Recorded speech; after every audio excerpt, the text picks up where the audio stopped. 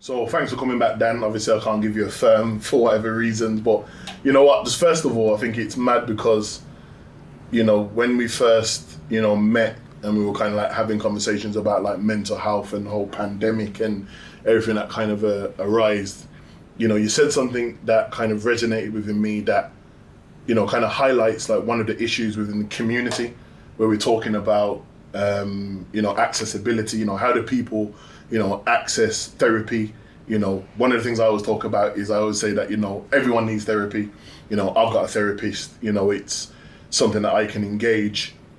But one of the things that I think is good, I just think even in terms of addressing the stereotype, is that you don't normally look like a genuine, you've got your Yeezys on, you've got your Essentials tracksuit on, and appealing to those communities that may think of mental health or individuals that are in that particular industry that don't look like us, that can't connect to us, that don't understand us.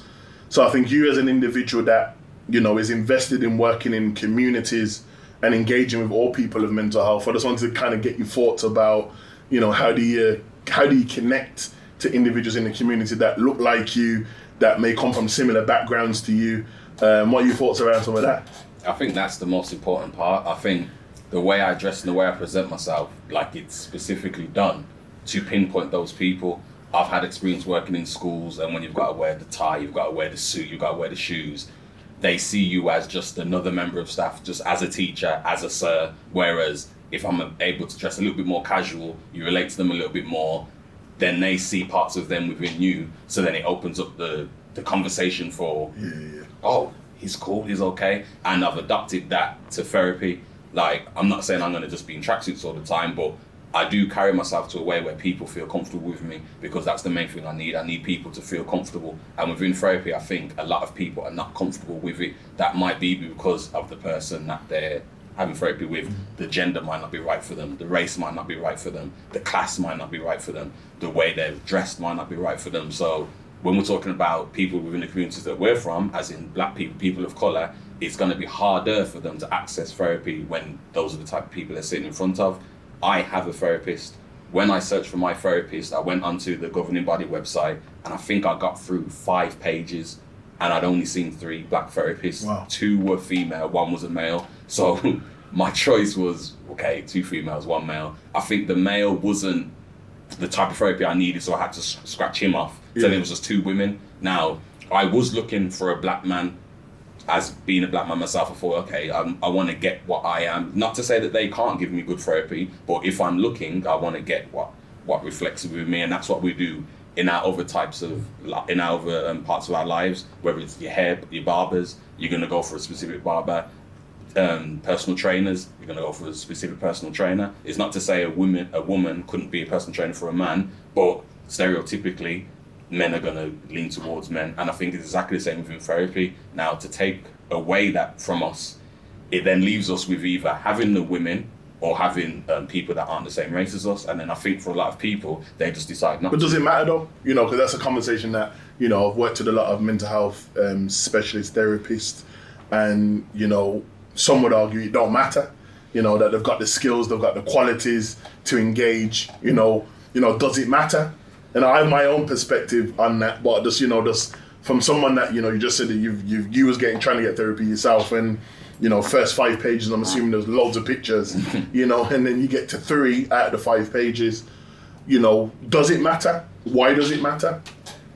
So I think, not to say that they can't deliver therapy and they don't have the skills and they don't have the empathy and they don't have the congruence. I'm not going to say that for 1 second, because everyone's trained and everyone's good at what they do. So I'm never going to say that a white therapist couldn't be a good therapist to me. I'm not going to say that at all. However, when we're talking about people accessing it, it's easier and it makes it more comfortable if you see something about yourself in the person. So for example, if there's going to be issues on racism, you might feel uncomfortable as a person of colour speaking to somebody that's not a person of colour about racism, whether they're empathic, whether they're congruent, whether they're not judging you, whether they have a good understanding of racism or not. It's about the individual, so it's not actually about what the therapist can or can't do. That person-centered approach, isn't it? Yeah. And I think that, in terms of the work that I talk about when I'm training, youth and community workers as a whole, I talk about uniqueness, I talk about positionality, I talk about those intersections of race, class and gender, and the importance of affinity when you're engaging in particular communities. So I know that me working with, for example, young Black and Asian males, by default there's an affinity based on the context of race. But I don't mean though that I have the skills to work with them, so that's also on the flip side of that as well. And I'm sure in your field as well, just because somebody's Black or Asian doesn't mean that they understand your particular background as well, and I think that's also important as well. Yeah, no, it's definitely, that's why I went away and did the education I needed to do. I've done the research that I needed to do, so I'm not only look like them, I understand.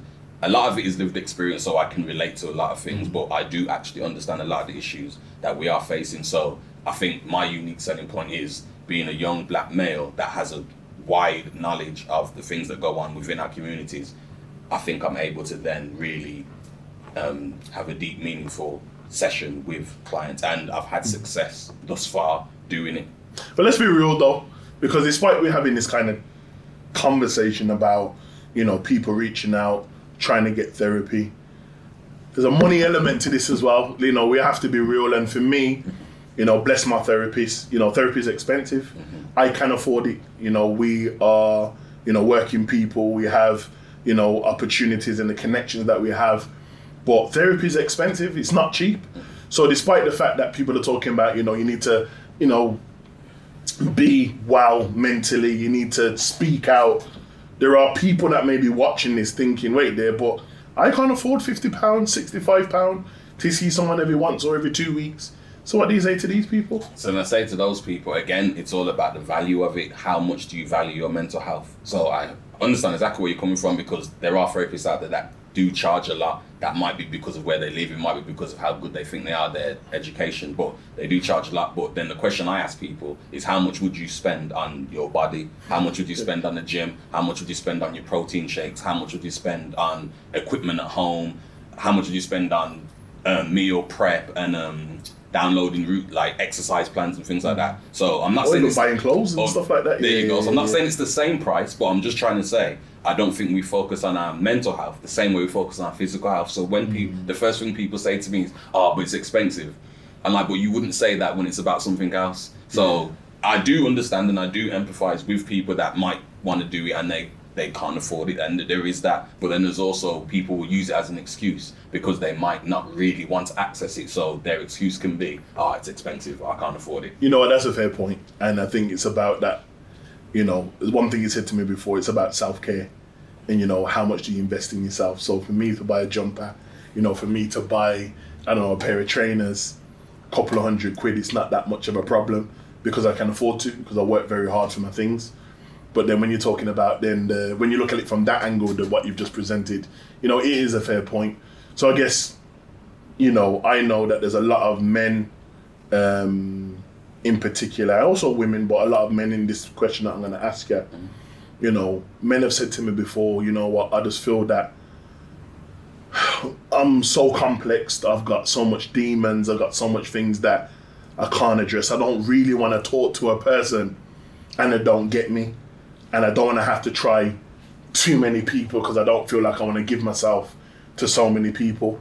I want to take the step, but I'm not sure. You know, what do you say to these individuals that may be watching this? I think a lot of that as well is generational, and it goes from how we generalize men as opposed to women, in the men being stern, hard, never letting your guard down, never really speaking out, just getting on with it. And then obviously stereotypically we view women as being emotional. They'll talk, they'll lay it out, they'll express their feelings. So I think the men that feel that, they're okay feeling that, that's their feeling, they're allowed to own that. But I do think that they need to try and see past the generalizations of what it is they're thinking. So don't assume they're not going to understand. Don't assume they're not going to care. Don't assume that you're going to be judged. Like, these are all things that you're preventing yourself from trying it. Like, no one's actually told you that this is what's going to happen if you go and speak to somebody. You've built it up in your own head, which is adding to the trauma that you already have, which is going to make it worse for you. So instead of trying to think that deep about it, if you're that close to taking a step, you've just got to go all the way.